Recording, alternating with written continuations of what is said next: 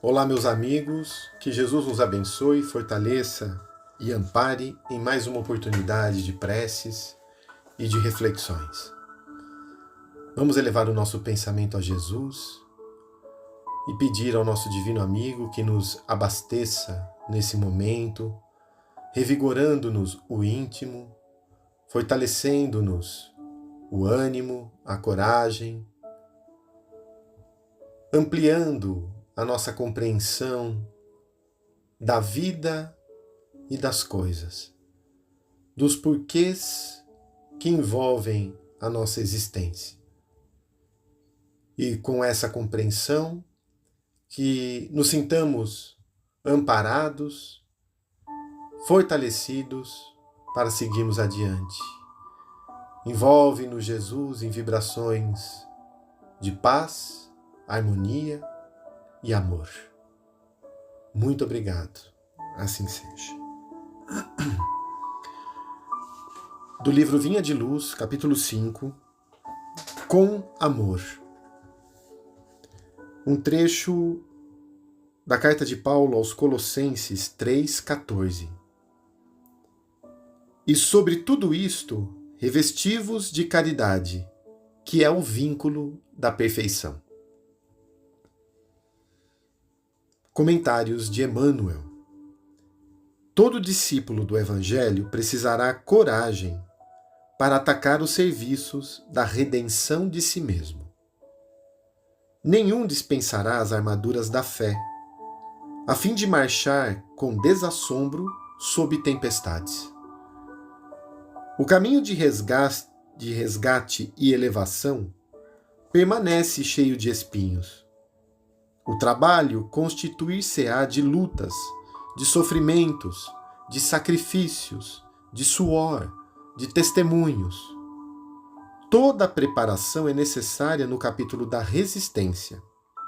Entretanto, sobre tudo isso é indispensável revestir-se nossa alma de caridade, que é amor sublime. A nobreza de caráter, a confiança, a benevolência, a fé, a ciência, a penetração, os dons e as possibilidades são fios preciosos, mas o amor é o tear divino que os entrelaçará, tecendo a túnica da perfeição espiritual.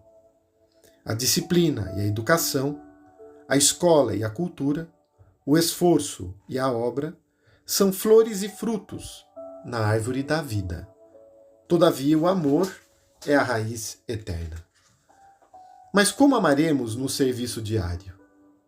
Renovemo-nos no Espírito do Senhor e compreendamos os nossos semelhantes.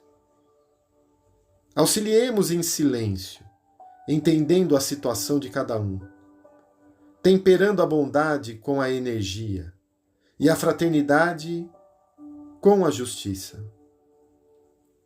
Ouçamos a sugestão do amor a cada passo. Na senda evolutiva, quem ama compreende, e quem compreende trabalha pelo mundo melhor. Meus amigos, Emmanuel nos traz uma realidade sobre o nosso processo evolutivo, de que ele não ocorre sem superação de lutas, desafios, experiências que são necessárias para desenvolvermos resistências morais, força espiritual, para que nos desiludamos de certos atrativos do mundo que ainda nos mantêm presos às sensações mais baixas, às paixões infelizes. Os espíritos puros, eles não são desenvolvidos sem essas experiências. Quando observamos na história das vidas, tantos que venceram a si mesmo, lembrando do apóstolo Paulo, Maria Magdala, Zaqueu. Mais recentemente, quando nos recordamos de Chico Xavier, Dr. Bezerra de Menezes, Ivone Pereira, Eurípides Barçanufo, esses espíritos foram desenvolvendo ao longo do tempo construções e uma determinação firme de superar a si mesmo, a sua personalidade muitas vezes doentia. Refiro-me aqui e me recordo de Saulo para Paulo. O orgulho, a vaidade, mas no trabalho com Jesus, olhando o próximo e visando o objetivo maior, percebendo esse tormento, ele o anula. Com esforço, com muito esforço, porque temos o traço do passado. Não será fácil essa caminhada. E Deus sabe o quanto nós conseguimos resistir, o quanto nós conseguimos carregar nos ombros as dificuldades da nossa existência. Portanto, afirma-se que o fardo não é superior ao que podemos carregar. Temos, no entanto, que direcionar os nossos passos para a direção correta, porque senão cansamos. E não adianta retirar aquilo que cabe a outro levar, podemos ajudá-lo. Mas se sobrecarregarmos também os nossos ombros, ele poderá pesar. E às vezes fazemos isso, mais uma vez, por tormentos. Então, como será importante entender a marcha e seguir adiante? Entender aquilo que se passa conosco. Os porquês. As portas abertas, as portas fechadas. Os desencontros, os encontros, os reencontros. As vitórias, as supostas derrotas. As facilidades no relacionamento com esse ou com aquele, mas também as dificuldades com este outro ou com aquela outra. Porque nós não somos espíritos que estamos numa primeira existência aqui na Terra. Já nos relacionamos com os mesmos no passado. Trazemos referências no ser. E essas situações mexem conosco. Se não entendemos, podemos desistir, podemos nos revoltar. Daí é importante esse trabalho da caridade, porque quando lembramos da palavra caridade, o Livro dos Espíritos nos oferece a questão 886, que diz o seguinte, que na visão de Jesus, caridade é a benevolência para com todos, é a indulgência para com as falhas e imperfeições alheias e perdão das ofensas.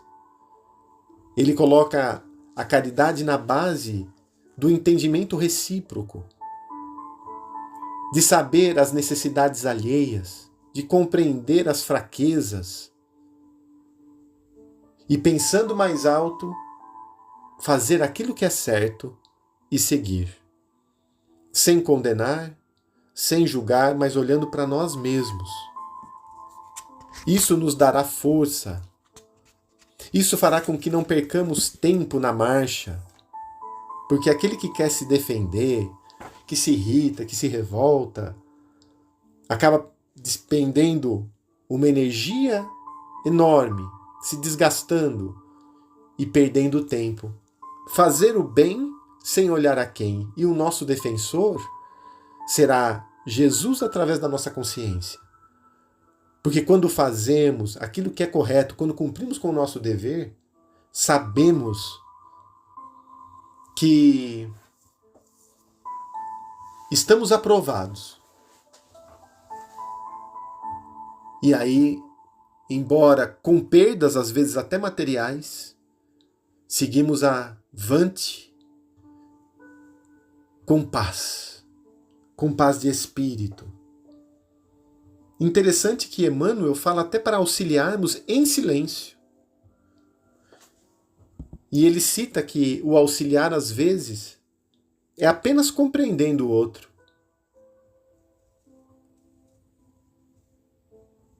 Compreendendo a situação que o outro está. Sabendo que não adianta, às vezes, atirar pérolas aos porcos.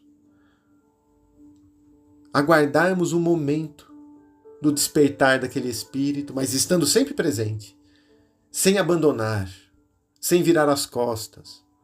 Mas um dia, todo bom conselho, todo bom exercício no bem que exemplifiquemos, trará,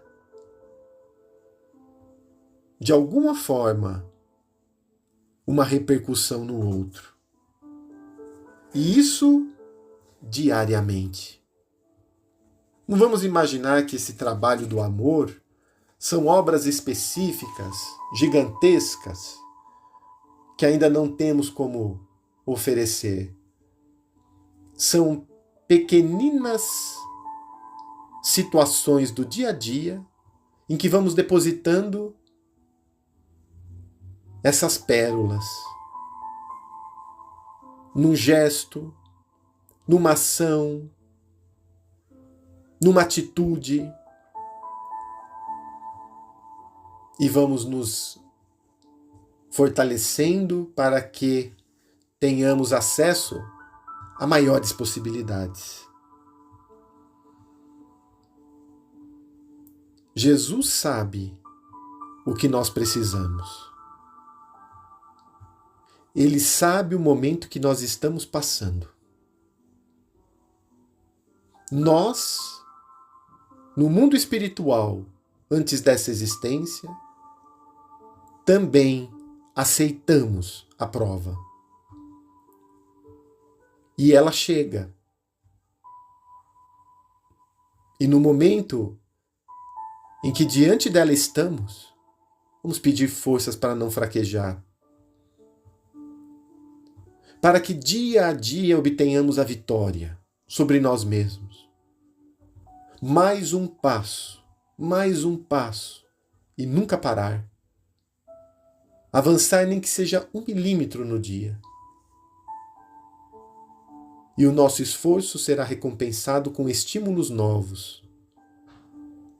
Pedi e obtereis. Procura e achareis. Qual é o pai que, se um filho pedir peixe, lhe dará uma serpente? Se pedir pão, lhe dará uma pedra? Vós que sois maus, sabei dar boas dádivas aos seus filhos, quanto mais o Pai que está nos céus não dará boas coisas a quem lhe pedir.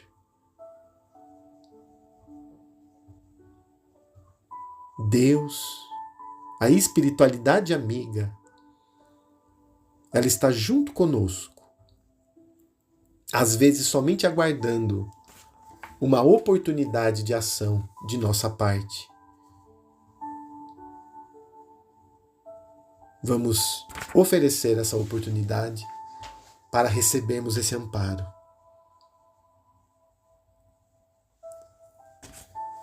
E assim, elevando o nosso pensamento novamente a Jesus, rogamos ao Mestre que não nos falte o esforço